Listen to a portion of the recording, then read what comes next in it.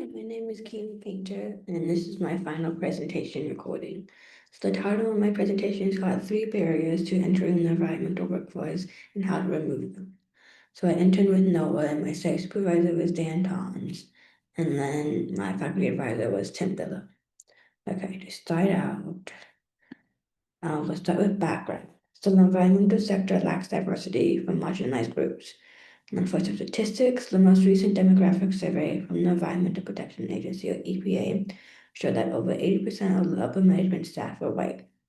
Now, the statistics is, despite people of color making up nearly 40% of the U.S. population, they account for less than 60% of employees in environmental organizations.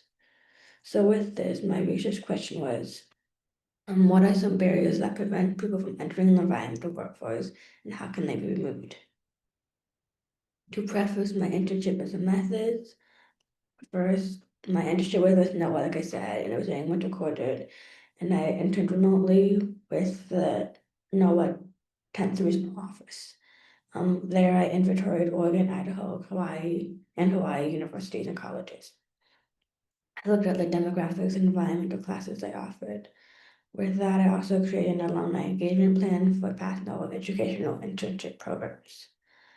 Lastly, for my research question, I administered a multi-question survey to understand barriers that limited access to the environmental jobs.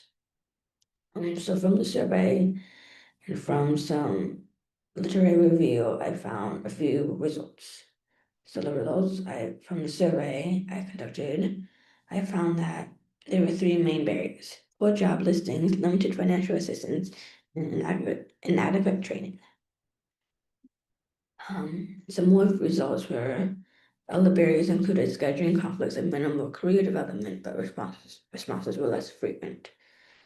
Lastly, from the survey, I included a quote from one of the students, and they said, "I have a full-time job and a mortgage, so I had to have paid vacation time from my employer to help cover the expenses, even though I was also being paid from the program."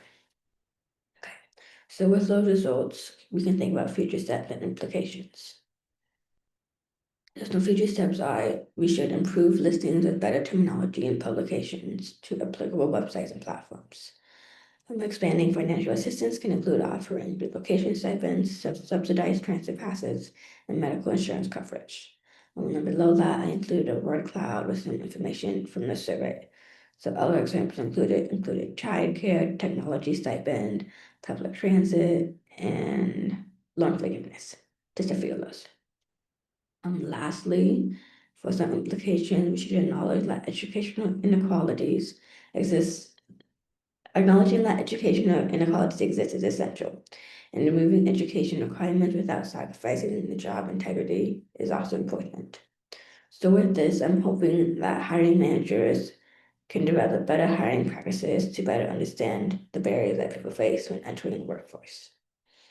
That wraps my presentation up. Just lastly, I want to thank my site supervisor, my faculty advisor, and my friends and family. Thank you.